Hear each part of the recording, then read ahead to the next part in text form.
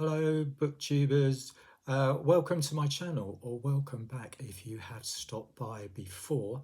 Today I'm going to be sharing my thoughts about the book that I read for March of the Mammoths, a BookTube event that takes place during the month of March, originated, I believe, by Jason at Old Blues Chapter and Verse.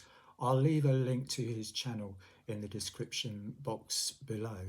The idea of March of the Mammoths, which takes place during the month of March, is that you take down a mammoth book, that's a book of 800 pages or more, that has been sitting on your shelves for a while unread, and at least make a start on it. You don't have to finish it, but make a start on it. And it can be fiction or it can be non-fiction. And the book that I chose to read as part of March of the Mammoths was Hilary Mantel's The Mirror and the Light. So, as I said, I'd like to share my thoughts on that. So before I get into my thoughts on the book itself, I thought we might take a look at the actual physical object. It's a big, chunky old book. It counts as a mammoth because there are 875 pages, so definitely qualifies on that count. It's got a nice waxy dust jacket, so it makes it a bit easier to hold when it's a book this large. Beautiful cover with, I tried to decide, reflections in water or perhaps in a broken mirror to tie in with the title just there, The Mirror and the Light. If I remove the dust jacket, it's got lovely turquoise cloth binding with gold embossed lion rampant as a heraldic device on the cover, and on the spine it's repeated with the author's name, Hilary Mantel, and the title, The Mirror and the Light. You can see it started to collapse under the weight of the book, actually, where I've been reading it.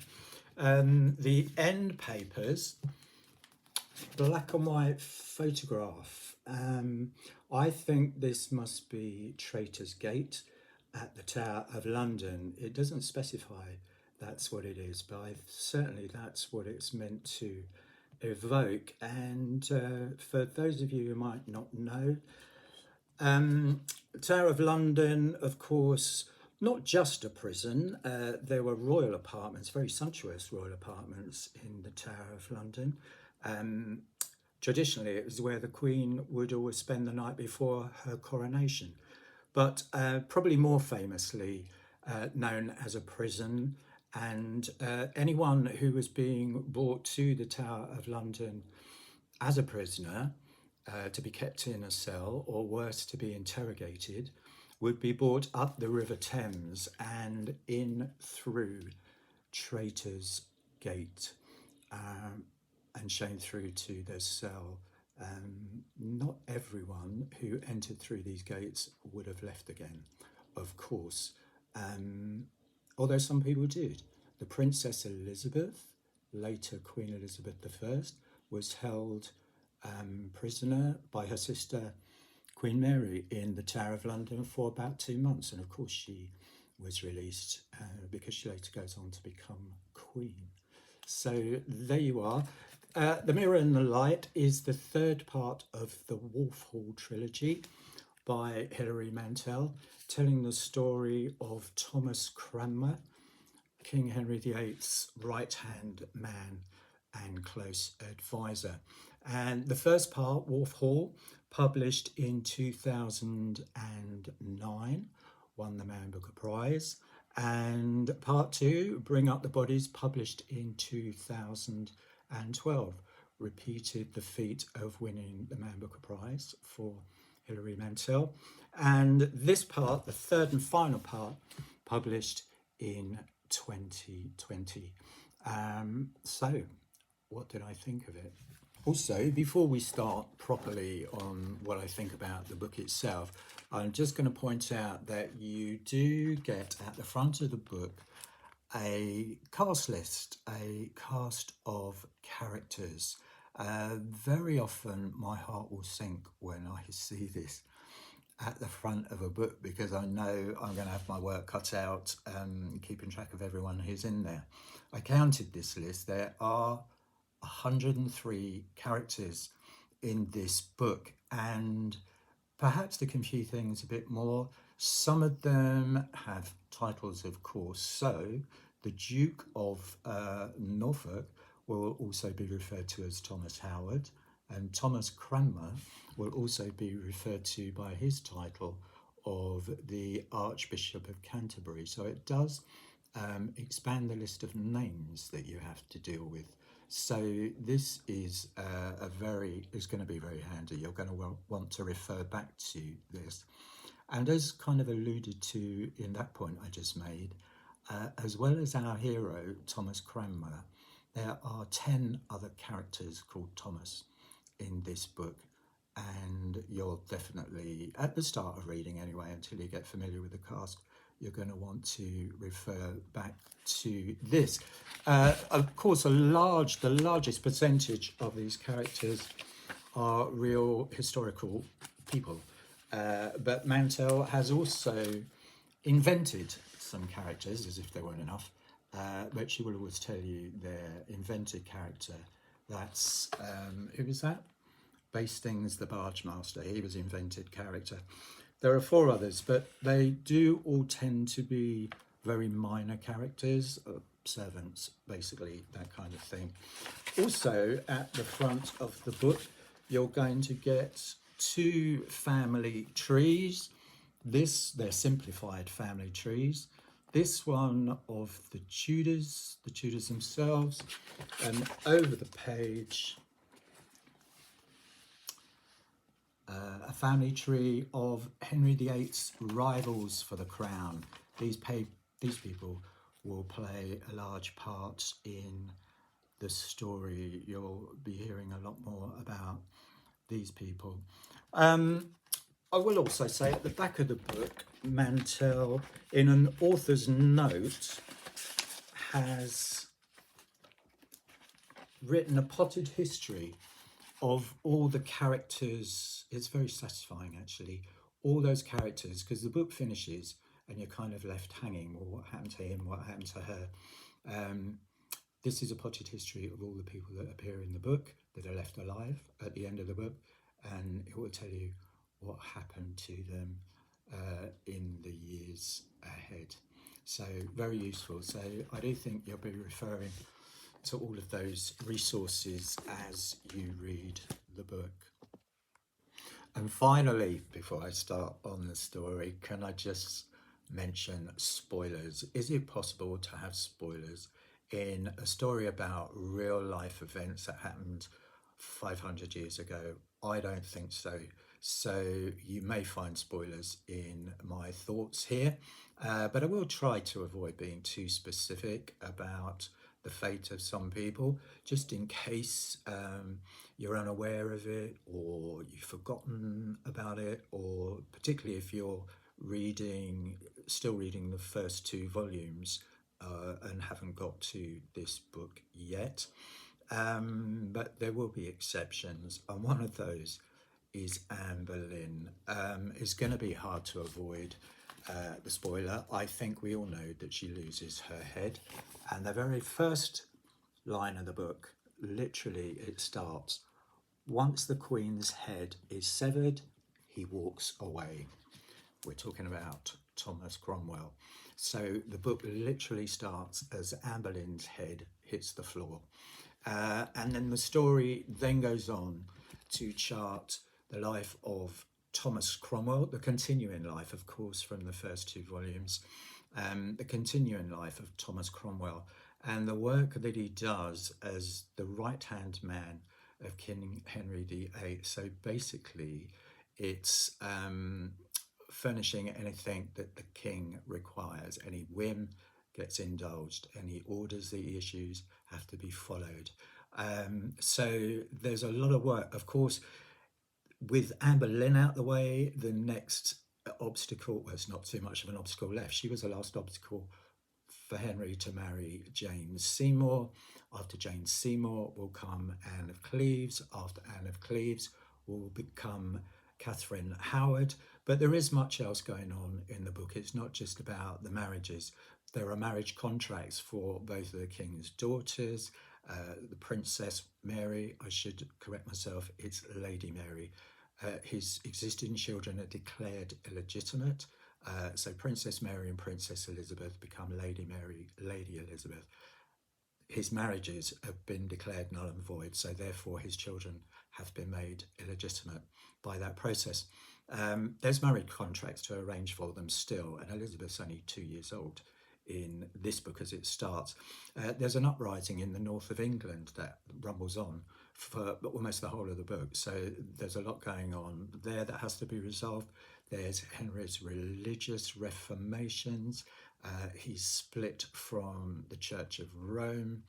There's all the monasteries and all the convents to be demolished, and all their treasures to be brought back to London to put into Henry's war chests. There's the everyday business of just not going to war with France and Spain, all the political dealings with the leaders and the spies that are over in the English court. There's a lot of that, and just general political infighting on home turf with all the aristocracy and different lords and the families in the land all vying for prominence. We get a lot of that, and it mostly falls to Thomas Cromwell to keep everyone in line and everything organised. Thomas Cromwell started life as the son of a blacksmith in Putney in London, and he ended as the Earl of Essex. So he was catapulted from the very bottom rung of society almost to the very top. And how did that happen? He ran away from home as a young lad and ended up in Italy. He spent time in Italy and France, became very street smart. He made his way back to England, found employment with Cardinal Wolsey, who was then Henry VIII's right-hand man and advisor, and got noticed by Henry that way. And when Cardinal Wolsey finally fell from power, Thomas Cromwell was really well placed to step into the void and fill that role. So he is the lead character in this book, and we see all the action through his eyes. We're in his head the whole time, experiencing what he experiences, what he thinks, how he feels. And he's a complex character, not always sympathetic by any means. He is absolutely ruthless, and being the king's right-hand man, he has to do all the unsavoury jobs that Henry wants done. So when we're talking about exacting a confession from someone, he is the person who gives the order for someone else to be tortured. And being inside his head, we can understand his motives. We might not sympathise, but he has to get the job done. And so that's the route he has to take. And of course, you will only keep your own position if you keep the king happy. So there is always an element of looking after yourself by taking on these really distasteful tasks. We see him at his most relaxed, perhaps, and when he's at home. His social network consists of his son Gregory, his nephew Richard, a ward, if you like, Rafe, and a servant called Christoph. And they are his support network at home, but he doesn't have much of a home life. He lost his wife and daughters to disease in a previous book, so his home life is pretty empty. But he has no time to himself anyway. His every waking hour is devoted to keeping the king happy and providing what he wants. Just because Cromwell is very good at his job, that doesn't mean to say that he lives guilt-free because of his actions. Once he's extracted a confession from someone, he will more often than not go to the king and beg for leniency on behalf of that person. Of course, that doesn't always mean he asks for them not to be executed. It could just be that he's asking for a swifter means of death than they might, under the law, be liable to. But he does at least beg for leniency. And he is also hounded with guilt, haunted by Anne Boleyn after he brought her down. He was instrumental in bringing her down by having four presumed innocent men found guilty of having affairs with her, and in her brother's case, George Boleyn's case, incest with his own sister Anne. And of course, they all went to the block, and he does still think of them. They haunt him, but her particularly. She was a real. It was a meeting of minds. He had great admiration for her, and really, in a way, regrets what happened to her. But the job had to be done, and he was the man to do it. So he is an ambitious man, but obviously there's a strong element of self-preservation involved. And of course, no one can behave that way or carry on the way he does without making a huge amount of enemies. And if he has a weakness, Cranmer, it is the fact of his birth. He is not a nobleman, he's a commoner, and no one will let him forget that. And it will prove ultimately to be part of his downfall, because he just doesn't enjoy the same protections that the aristocracy would. So the aristocracy hate him because they're jealous because he has the king's ear. The church hates him, certainly the Catholic Church, because he's pushing through Henry's reformations of the church, and therefore France and Spain hate him. All their spies, any power that they might have from that distance is channeled towards bringing him down. The Lady Mary hates him because of the part he played working with Cardinal Wolsey in her mother's divorce, Catherine of Aragon's divorce from her father. So she hates him. What's left of the Boleyn family hates him. And the ordinary people hate him too. They know that he is the king's right-hand man and enacts all the rules and all the laws. So any unfair taxes, if they're starving, it's all Cranmer's fault. So they hate him. He has almost no allies at all, perhaps just those four family members that I mentioned earlier are fully supportive of him. He has close colleagues that he works with, but as we all see, they're really not to be trusted. So King Henry VIII, perhaps the most famous or infamous of English kings, a murderer of two of his wives and casually cruel to the other four, and grotesque in appetite and avarice and the single-minded pursuit of a legitimate male heir. That is a bit of a character assassination, I realise, but hard to argue with, I feel, with the Henry that we meet in this book. But a 2D villain, of course, isn't very interesting in a work of fiction. And Hilary Mantel does a great job of showing us a more well-rounded character, if you'll forgive the pun.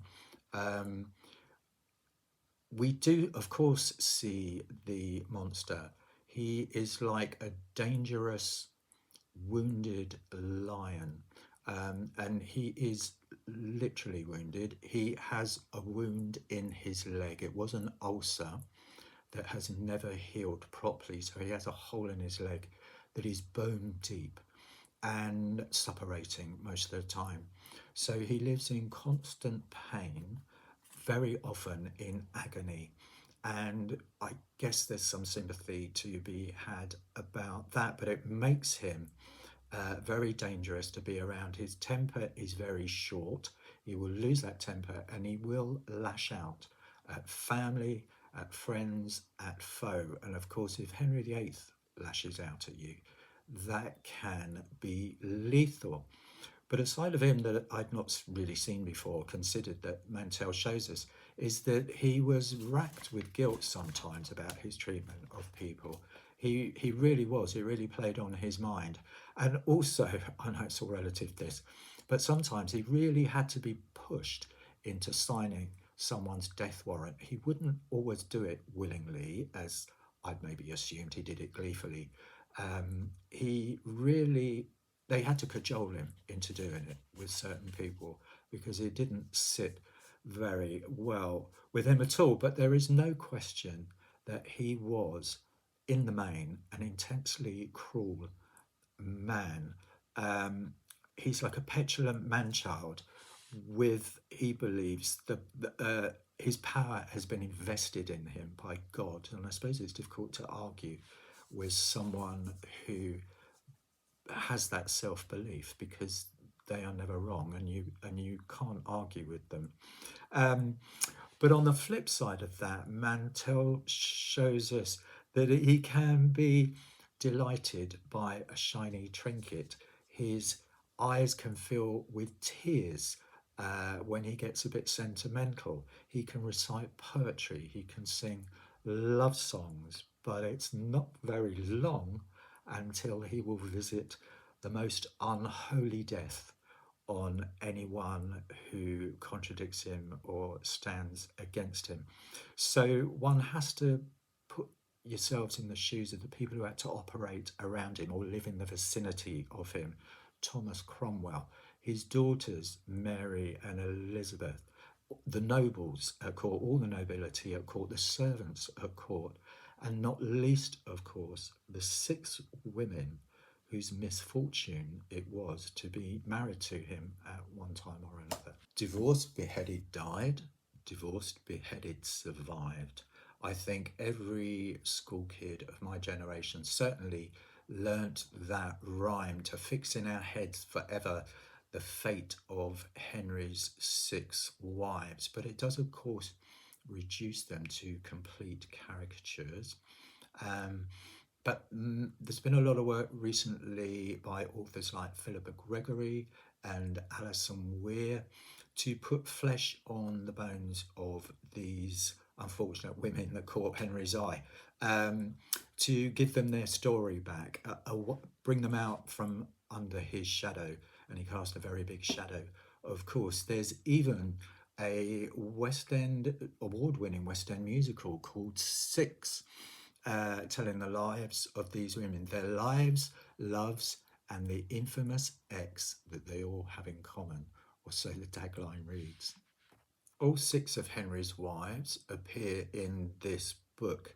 The first 2 books in the trilogy, Wolf Hall and Bring Up the Bodies, detail the rise, fall and rise of Catherine of Aragon and Anne Boleyn, and as stated the very first line of this book, Anne Boleyn's head hits the floor. So they both do appear in this book, but very much as ghosts. Henry will still talk very fondly of Catherine of Aragon, his first wife. He's always very keen to point out that they weren't actually married because she didn't actually divorce his brother Arthur. So he talks of her fondly as a sister-in-law, if you like. And Cranmer is haunted by Anne Boleyn and the guilt that he feels about what happened to her. So the very first half of this book is focused very much on Jane Seymour. She was betrothed, she and Henry were betrothed the day after Anne Boleyn was executed. So not great auspices for their wedding, it has to be said. And in the book, she's variously described as pale, wan, quiet, pious, serious, a real change of pace from Anne Boleyn then, but not great as a character study, not a great character for Hilary Mantel to get her teeth into when producing a work of fiction, But I suppose this is one of the problems when you are writing a historical, factual story. You are harnessed to the details. Um, but more of that later, I think. Perhaps Jane Seymour was just doing and behaving as any sensible woman would.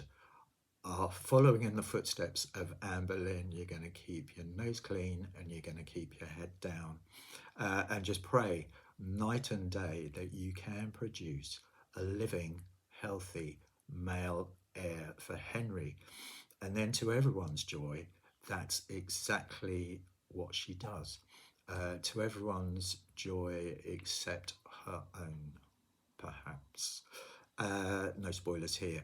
And but she is said to be the one queen out of all six that Henry actually loved. And what I didn't realise is that they are buried together. Henry and Jane are buried together in St George's Chapel at Windsor, and that is at his request.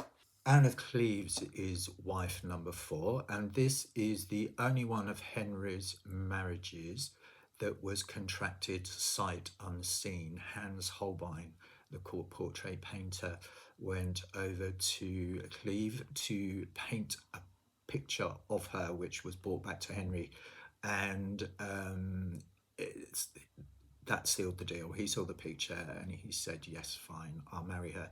It was a political alliance with Anne's brother, the Duke. A huge amount of money changed hands. Henry needed allies in Germany. And so this marriage seemed to solve a lot of problems. He still felt he was young enough to produce a male heir as well. So, of course, that was still on the card. And Anne was brought to court. But it didn't work out. It was said Hans Holbein's portrait flattered her hugely, although in this book I have to say that almost everyone agrees that she's a fine looking, even a handsome woman. Everyone but Henry, of course. And I suppose he's the person she had to please. He doesn't like her face, he doesn't like the way she dresses, he doesn't like her body. And he even complains about her personal hygiene. So her days are numbered, and already his eye had been caught by a 15-year-old Catherine Howard, who's been brought to court in anticipation as a lady in waiting to the new queen by her uncle Howard, part of a family plot for the Howards to move themselves back closer to the throne. Mantel shows Anne to be kindly, forbearing, and willing to do her duty, but she is a political pawn who's bought into this game and quickly sidelined. She's divorced a mere 6 months after she's married, but she must have just thanked her lucky stars that Henry never fancied her. Of all the main players on the stage at this point, she's the only one who comes out of the book with anything like success, and this goes beyond the end of the book.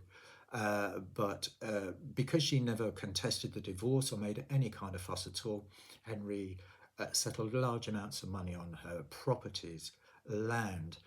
She outlives Henry. She outlives Henry's son Edward, and in fact she outlives the last two of Henry VIII's wives also. Catherine Howard, Henry's fifth wife, is a cousin of Anne Boleyn. She's written as being rather empty-headed, very susceptible to flattery by men, very naive, and far too young to be used as a lure to hook Henry into another marriage so quickly. But that is what happens, and they are married on the very last day of this book. Henry is 49 years old. Catherine Howard is anywhere between 15 and 21. They don't know her exact birth date, so incredibly young. But the book ends with their marriage. Henry's sixth wife, Catherine Parr, is mentioned a few times, but she is not seen in the book. She is known here as Lady Latimer. She is married to a man twice her age who is always sickly. And when she is mentioned, it's in a kind of very humorous way as a potential wife, actually, for Cromwell. Should her husband die, he could snap her up because she would be back on the market. Obviously, that comes to nothing, and she will eventually become Henry's sixth wife and a published author. Who knew? Three books in the English language. The first woman to have three books published in the English language, I believe. And also, she marries again after Henry. So, with four husbands, she is our most married ever English queen. Hilary Mantel sadly passed away in September of last year, that's September 22. A great loss to the world of literature. I've now read 5 of her novels, including these three, the Wolf Hall trilogy, and I've never been less than very impressed by her writing. And this book is no exception. I love her writing. It pulls you into the story. It's completely immersive. I lost hours at a time in this book, and such a big chunky book allows that to happen. She can put you, her description is amazing. She can put you in the middle of a summer meadow at Hampton Court and you'll shade your eyes from the sun. She can put you in a cold and damp cell at the Tower of London and you will shiver. But reader beware, she can also plant you in the front row at the front row of a crowd at the burning of a heretic. Two pieces of her description that I've really enjoyed were describing sounds. At one point she wrote, "He sneezed loud enough to crack an egg." I love that. I know someone like that. And another, "She sighed like a farm girl in a feather bed." Just lovely descriptions of sounds. Now, you might be aware when Wolf Hall first came out, there was a bit of a buzz about how difficult it was to read as a novel, and it wasn't the subject matter, it was to do with the way that Mantel had written the book. And some people tried to read it and just couldn't and had to lay it to one side. And it's to do with the way that she writes dialogue and how she attributes that to people and who she is writing about at any given moment. I'll try and put this into words. She does. I read Wolf Hall. Well, did I say 2009 it was published? So it could be 12 years ago that I read it. So I don't remember in huge detail. I do remember kind of struggling a bit until I got to grips with it. And then I was fine. This book, the third book, I had almost no trouble with this at all. It could be that I've matured as a reader in that time, or she's just slightly changed the way that she has written it so that it is more accessible. I don't know the answer to that. But what I can tell you is that when she writes about someone, she doesn't always tell you who she's writing about initially. You have to work it out or just wait until you get to the bit where, by dint of describing someone else, you realise who the first character must have been. So you do have to put in a bit of work. And when she talks about Cromwell, I would say 3/4 of the time she just uses his pronouns. So if she said he got up and left the room, and you're thinking, well, who? Because there was 4 blokes in that room. It's almost always Cromwell that she's talking about. He, his, him. It'll be about Cromwell. She does, of course, use his name sometimes. So occasionally that can trip you up, but you can work it out relatively easily and you will get to grips with it very quickly, I'm sure. Um, so the book itself, I found that it did sag a little in the middle. It's an 875 page book. So perhaps that's just big book fatigue that I was suffering from. But it did kind of coincide with the marriage, I'm trying to avoid spoilers again, the marriage of with Jane Seymour finishing, and the marriage to Anne of Cleves is next on the agenda. We all know that's coming next. But it did kind of sag there while they were politically all the machinations trying to work that out and get all the pieces into place. There was actually a 2 year gap between Jane and Anne of Cleves in real life. I think it was 2 years. And honestly, sometimes it felt like that. So there was a big dip, but once Anne appears on the scene, Anne of Cleves, things pick up a bit, you know. Perhaps that was the way I read it. I knew what was coming, and I wanted that to happen more quickly. Of course, there was lots of other stuff going on in between those two marriages, but I just wanted Anne to appear on the scene. So I did feel that it did sag a little there. And this is a point I alluded to earlier. When you tie yourself to stories from history, as Mantel has done, real characters, real events, your hands are tied and you can only work with the material that you're given. I suppose I alluded to this with reference to Jane Seymour perhaps being a bit of a dull character as far as a character in fiction would be.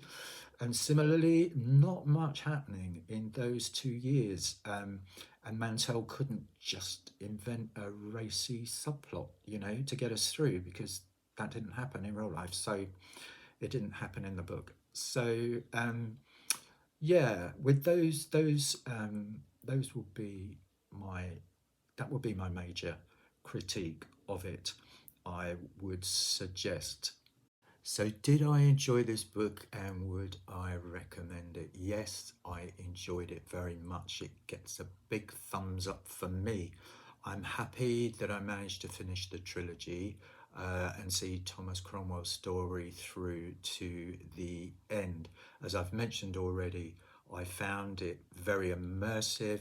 I love Mantel's writing. I think as a writer, she's in a class apart, honestly.